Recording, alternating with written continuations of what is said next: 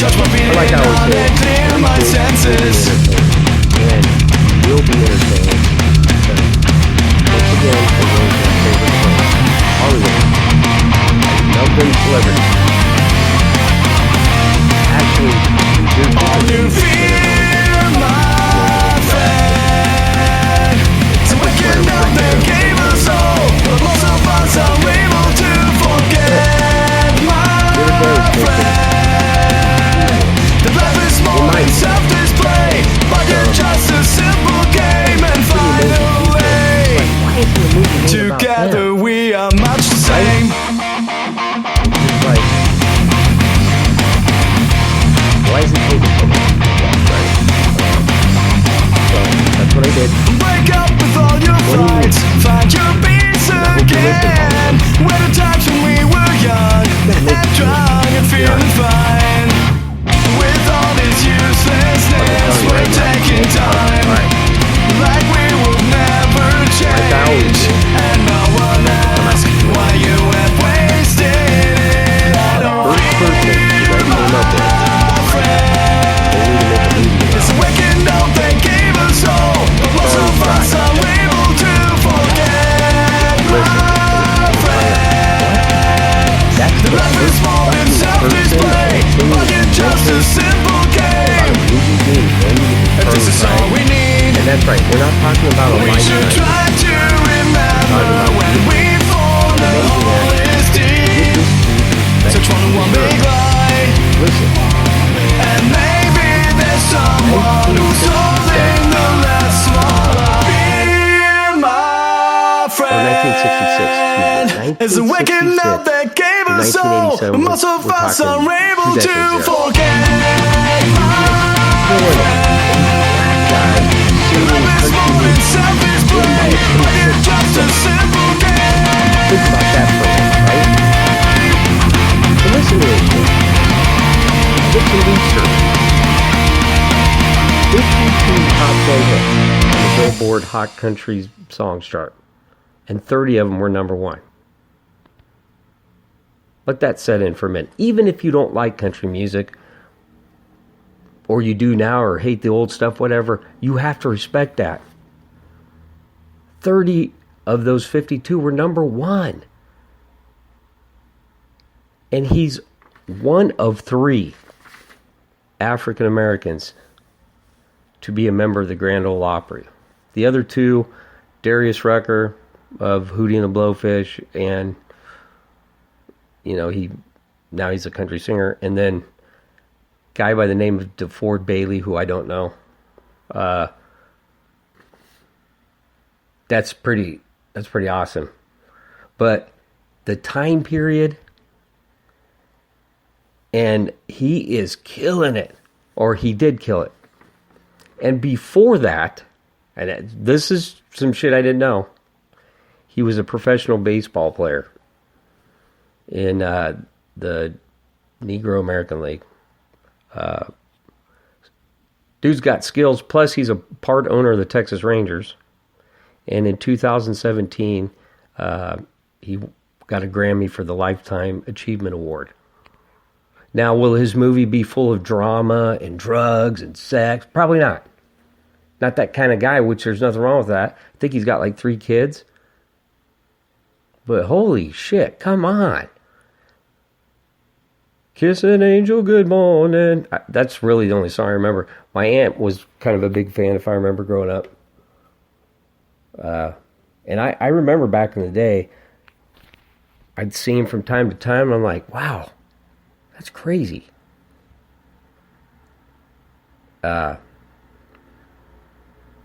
Give it up to him, right? Come on, Hollywood. Do it. Don't be scared. He deserves his own movie. And I think they were working on it, if I remember reading right on his Wikipedia. But just scrap that, whoever was working on it, because obviously you're taking too long. Get this dude a movie. And get a good actor. Get that, what's that one dude that played Jackie Robinson? I can't remember his name. Hell, get Jamie Foxx again. He did Ray Charles. He could probably do Charlie Pride. Shit, go for it. Get on it. All right. Second one, Jimi Hendrix. And listen, they already made a movie, and Andre 3000 was in it. I'm not ripping on Andre 3000, but that movie sucked balls. You got to do a better movie than that.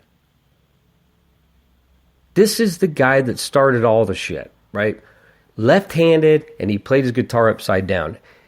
It's hard enough to play the proper way, and he played it upside down. And seriously, all the shredders, you name it. Pick your guy, pick your favorite guy. He's the one that started all that shit. But you got to give us a better movie. And I don't know if anyone's seen the one with Andre 3000. I can't even remember the year, but I was like, who wrote this script? Come on. You're talking about a fucking legend, and you give him a cheeseball movie like that? And I'm not talking about, hey, you got to show all the women that he fucked and all the drugs that he did. Show him in his early life. Like, hey, I ain't got a left-handed guitar. I got a right-handed guitar, and I'm going to learn how to play that fucking thing upside down. Insane. And the Star Spangled Banner, remember that? Holy shit. Get that guy a good movie.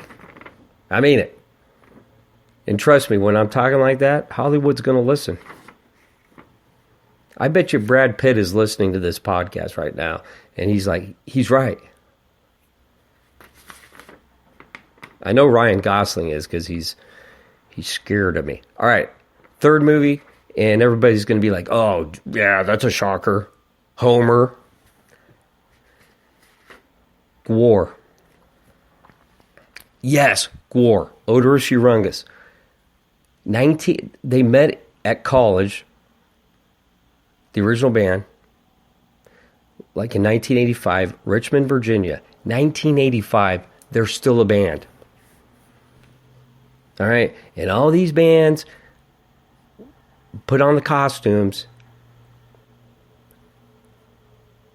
They ain't got shit on this band, okay?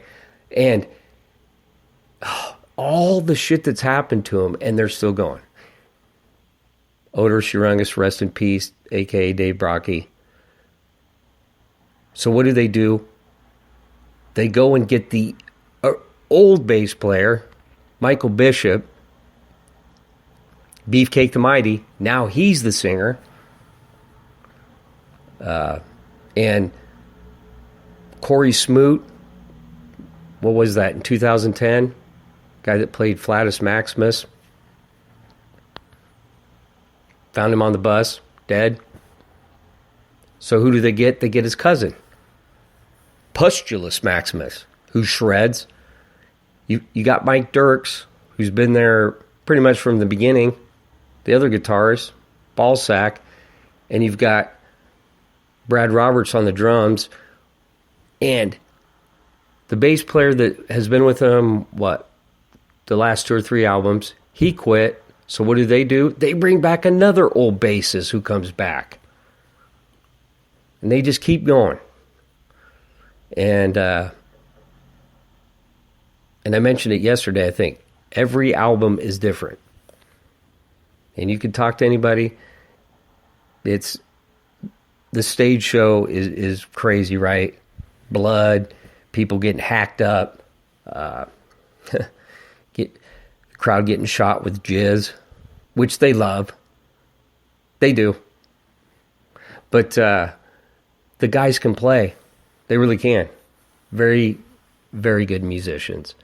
And 3 decades. And they were nominated for a Grammy. 1992. 1993. War, nominated for a Grammy.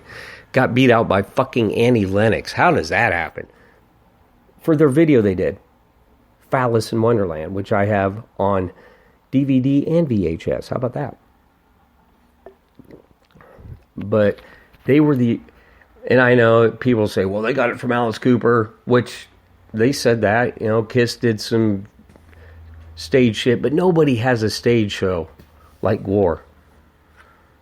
The amount of work that they put in to their live shows is insane. And they don't make a shitload of money, so they don't have all these guys doing their shit for them. So, yeah, Gore. They need a movie made. Number 4. How about Mike Tyson? Crazy life, right? The trainer, Gus D'Amato, took him in. I remember them saying, I was watching is on ESPN or something. He was 13 years old and beating up guys that were like 25. Shit. Could you imagine? It's like, dude, what happened? Oh man, your fucking face is destroyed. That's when he, whoever he did that to, that guy's like, yeah, there's 4 of them. Shit, how could he say I just got beat up by a 13-year-old guy that just got out of middle school? Oh my goodness, right? And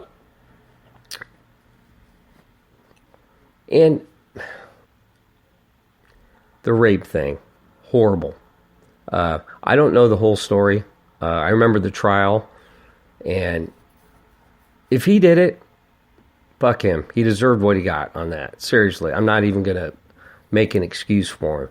But he really has come a long way from where he was at.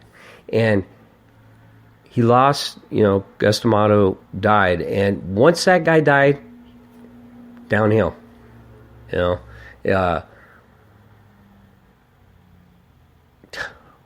He was like, that's when everybody was actually watching boxing. Now nobody knows who the fuck anybody is, except for a couple fighters in the heavyweight division. But he was annihilating people that were way bigger than him. But he just wasn't the same after he got out of prison. Once he lost to Buster Douglas, it just changed everything. He wasn't the same guy when he lost the one true father figure he had. And but to see where he's at now, he's funnier than shit. He talked about the Brad Pitt. I've talked about that story before, where right after they had split up, but they were still having sex, and he drove him in the driveway, and Brad Pitt was walking out, and he's like, I ain't getting no pussy tonight. I bet Brad Pitt was like, holy shit, I'm getting the fuck out of here. But talked about being high as a kite on coke for The Hangover, the first Hangover movie, and he talked about how cool the guys were, the Wolf Pack. Not my Wolf Pack. Hey, I love you guys. The Wolf Pack in the movie, Stu and Bradley Cooper. But he was like, they were really cool, helping me through my lines, and they knew everything that was going on, but they were really nice to him. But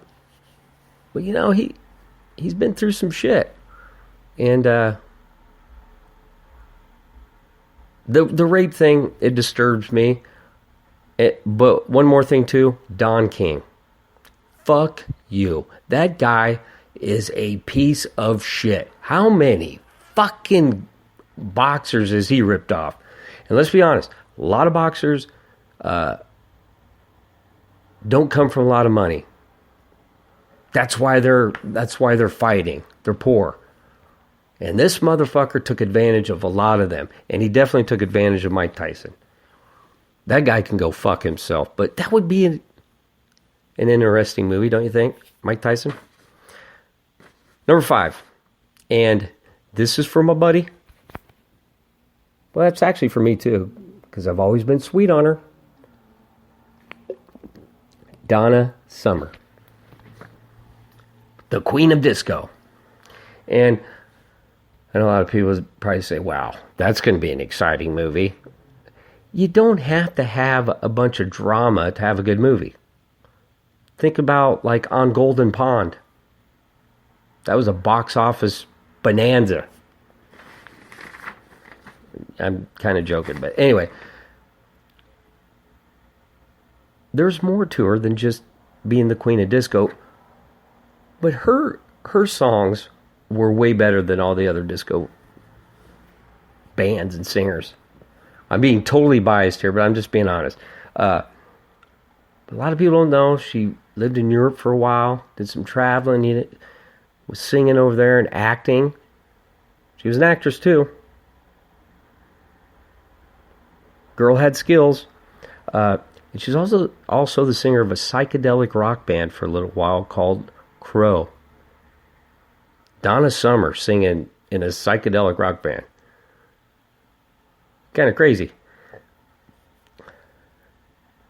But she was awesome.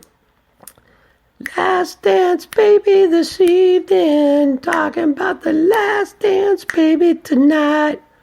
I heard it on the radio. Oh, on the radio. Listen, even if you hated disco, she had some songs. Get in your head. And of course, the ultimate, the classic. She works hard for the money. So hard for you, honey. She works hard for the money, so you better treat her right. Yeah, absolutely. Donna Summer. Come on, Hollywood. Number 6. Richard Pryor. Now, okay, I'm being for real. And you can hear it in my voice. This is going to be that movie. The 3.5-hour epic movie where there's all kinds of shit going on. You're like, how? Whoa. I didn't know that happened. This guy. Holy shit. I knew this, but a lot of people don't. He grew up in a brothel that was ran by his grandma. His mom worked there, and she was a prostitute.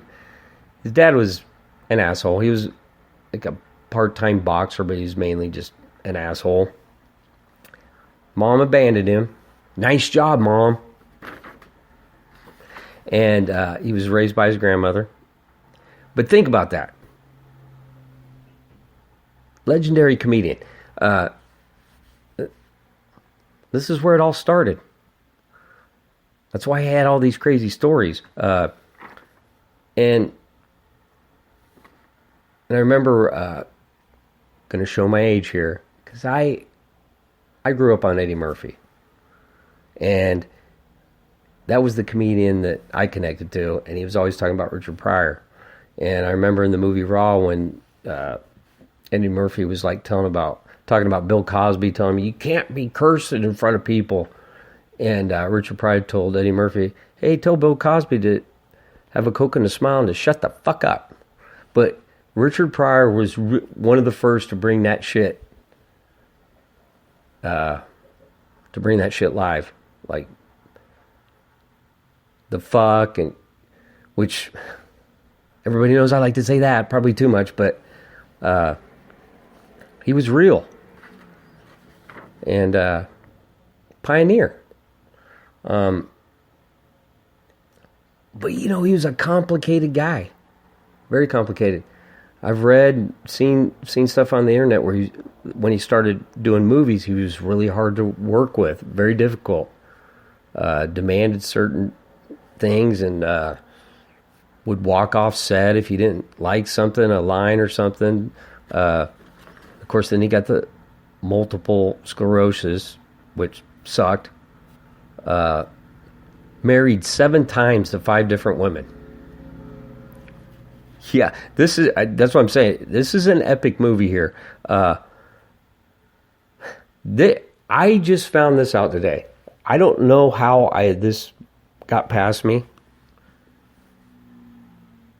He was bisexual. I don't care. I'm just saying he's bisexual, and he had sex with Marlon Brando. I had no idea. And then he mentioned somewhere that he had a 2-week relationship with a transvestite. We got ourselves a pretty entertaining movie on top of all of the other shit, the cocaine, the drinking, all the drugs. But he was still a pioneer, regardless of his personal life and how he felt, the way he lived his life. A lot of comics looked up to him. And that's a movie that's definitely got to be made. And when I'm saying these movies got to be made, I'm not talking about some B-budget piece of shit.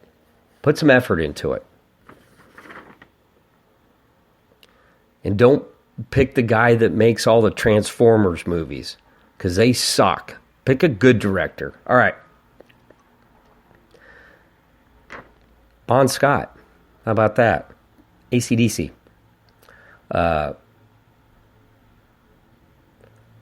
Just a legendary voice. I was talking to somebody before. Oh, yeah. Cuzzy. First time you've heard that name. We were hanging out at the pool this summer over at Buddy's, and he's like, "Who's that?" And I was like, "That's Bon Scott." And he didn't know who Bon Scott was. And I'm not picking on him or being a dick. Well, I'm kind of being a dick. But he's like, "Yeah, I thought Brian Johnson sounded a lot like Bon Scott." What? They fucking sound nothing alike. And the more I thought about that, I was like, do a lot of people, do they know?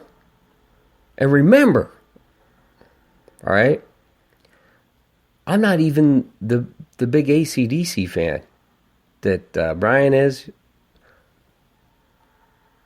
But Bon Scott, Back in Black, that album that we've heard 65,000 times on the radio, Back in Black, I hit the sack, and you shook me all night long. He wrote that album before he died. And it's one of the biggest selling albums of all time. And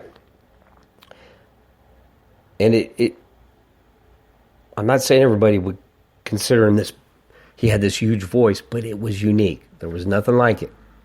And I made my point about Brian Johnson. I changed. It was like, it would be hard to follow that up. Hard to follow a legend. But they did say he died of alcohol poisoning. But a couple friends close to the band thought that it was a heroin overdose. Who knows? He liked to party, liked to drink, but he's a legend. And we need to see it on the big screen. Bon Scott.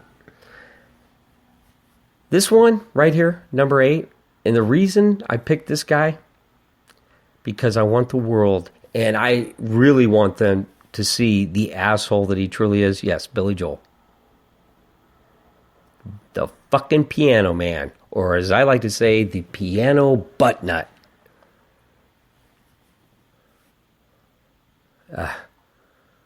The way he did his band, the way he does people close to him, go fuck yourself. And that's all I'm going to say. But when you make that movie, don't be skipping that shit. Don't make it some Hallmark movie where everybody's like, oh, he wrote some great songs that get played on the radio. Tell the true story. Expose that fucking prick. All right. Number 9, I had to put an athlete in here. Well, I said athlete. Already talked about Mike Tyson, but Larry Bird. Yeah, and I'll tell you why. I'm not even a huge NBA fan. I'm just not. I don't really get into it anymore. It's just not my thing. But holy shit. Just get on YouTube and look at watch all the videos where they talk about Larry Bird and the shit that he talked. Oh, everybody's like, dude just killed it when it came to shit talking. Like the 3-point contest that they have at the All-Star game. He walked in the locker room and he's like, so who's who's getting second place. It just unbelievable. And I'm going to be kind of mean. Who are you going to get to play Larry Bird? I'm just saying, this guy from Indiana, which I respect, probably not the most attractive dude in the world, was he? Who plays him? Do they do a makeover with Ryan Gosling? Could Ryan Gosling be Larry Bird? But they'd have to do a makeover, right? Who plays him? I don't know. But it'd be cool to see a guy from Indiana. Him and Magic Johnson played in the title game in the NCAA, and then they played each other what felt for like 20 years in the finals every year. But Larry Bird, yeah, I want to see him talk shit on the big screen. All right, number 10, and people are going to be like, well, we've already seen like 3 or 4. Elvis Presley, the king. But those movies were like on TNT and fucking whatever stupid channel that nobody cares about. It's the king. Right? And that would probably be another epic movie. Not like Richard Pryor epic, but shoot, you know? Grew up poor, lived in a predominantly black neighborhood. That's part of what made him who he was. Listen to their music. And one cool thing, and I like this, because it kind of made a comeback for a while. How about the sideburns? I was thinking about it because I seen that online. And I was like, yeah, Elvis Presley started that. The king of the sideburns, you know? But can you imagine? I really don't know. But can you imagine the amount of women he slept with? Well, you can. But it's so cool, too, because he had no music training. He couldn't read music. And he just started writing these songs, and that's just fucking awesome, right? Plus, the critics hated him. They hated his live shows. And yeah, the critics, motherfuckers that can't even play an instrument or sing themselves, but they're going to rip on somebody. Plus, he was in the army, served in the army. Got to see that one. That'd be awesome. And think about it. Who would play him? Probably be Tom Cruise. I'd be like, well, thanks a lot, Hollywood. You fucking jerks. All right. I'm going nerd here. Total nerd. And I don't care. Boba Fett. Yeah, the dude from the fucking Star Wars movies. Can we get a movie just him? He had, okay, which one was it? The Empire Strikes Back? He was in it, like he said, 4 lines? And people just like, oh, which I was too. When I was a little kid, I was like, I want to be Boba Fett for Halloween. And it never happened. But it's like he's a bounty hunter. He caught Han Solo. And he takes him to what's his name? Jabba the Hutt. And then in the next movie, he gets sucked into that big pit. And I'm like, that's how you do this guy? He's all mysterious. Like, we are just obsessed with Boba Fett. And I don't want this stupid shit that they've been doing with these Star Wars movies, the prequels and all these extra movies. Do it old school, okay? So maybe they need an old school actor. But yeah, we need Boba Fett. Number 12. This is for my girl Ramnita. Prince. Yeah. Pretty private life, right? We never heard a lot about him the whole time. We just knew that women would go crazy at his concerts. And I know this for a fact because I seen him live. Hilton Coliseum in Ames. Not kidding. Yeah. The women were going crazy, and I'm like, he's like 5'2". 110 pounds, and they're losing their fucking minds. Purple Rain, Purple Rain. I remember my cousin had the album. Yes. The big album. And the first time I heard, what is it, Nicky? And he singing about masturbating to her. I was like, oh my God. Prince talking about masturbation? But yeah, holy shit. But he really did have a private life. Up until, unfortunately, with the fentanyl overdose and all that shit. And another, I don't think a lot of people know this. I do. Because that's what I do. From Minnesota. Minneapolis. Who would have thunk that, huh? Yeah. Prince, for sure. I had to put this asshole on here. Bill Cosby. Seriously. Doesn't he have to be on there? The guy that... Fat Albert cartoon, the voice, the Cosby Show, and the whole time he's fucking drugging these women and raping them. Just crazy. But he's already lived all of his life. It's like, oh, we got him. We got Bill. Really? Did you? I don't think so. He's already... what is he like? He's almost 80, isn't he? Just fucking crazy. Just a crazy story. Next one, number 14. Tiger Woods. Yeah.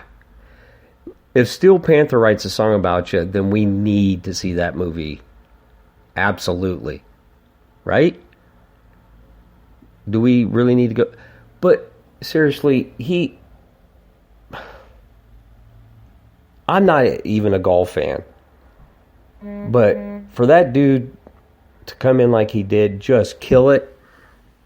He's on top of the world, and then bam. This dude was banging a ton of women. And his wife was hot.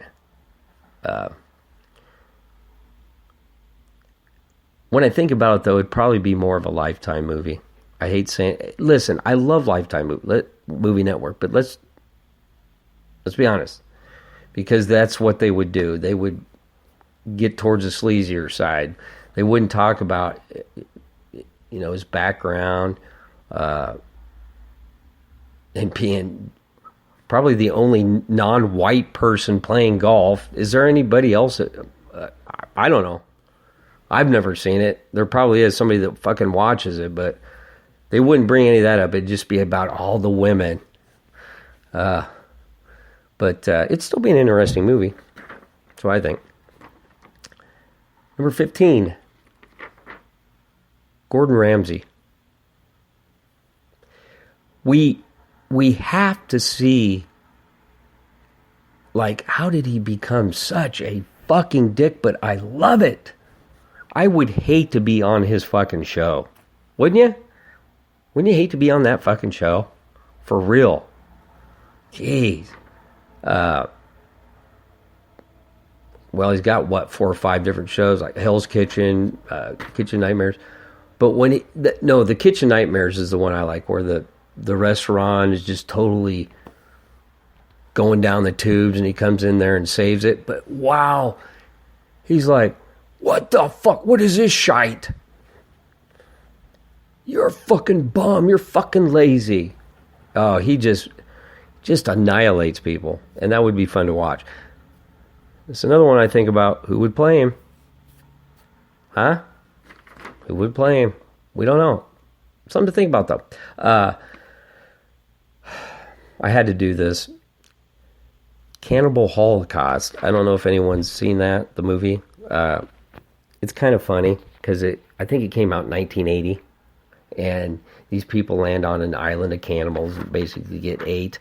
They need to remake it. And I mentioned this.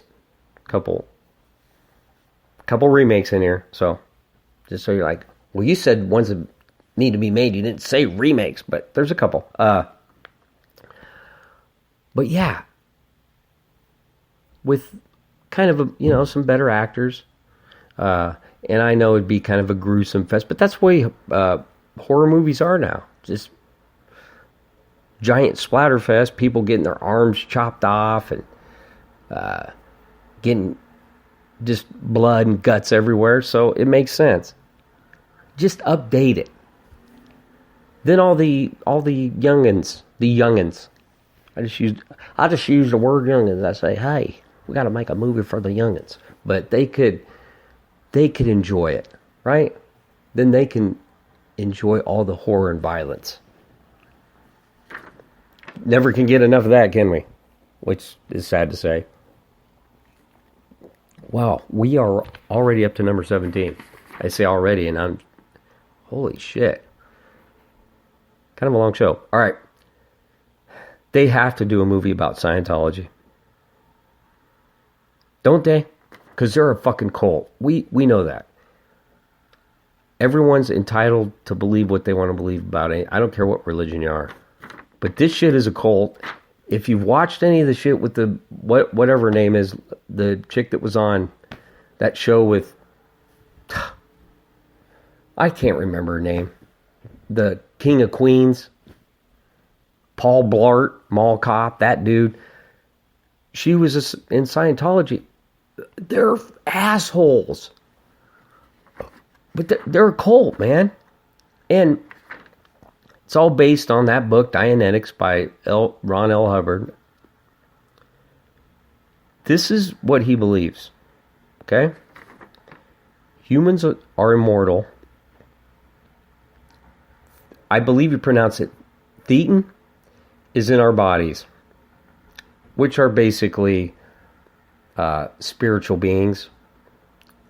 They have past lives and have lived in aliens.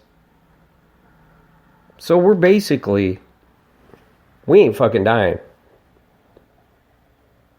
That's the shit that Tom Cruise believes in. That's what it's based on. But there's so much more to it than that. The way they fucking treat people that are in it.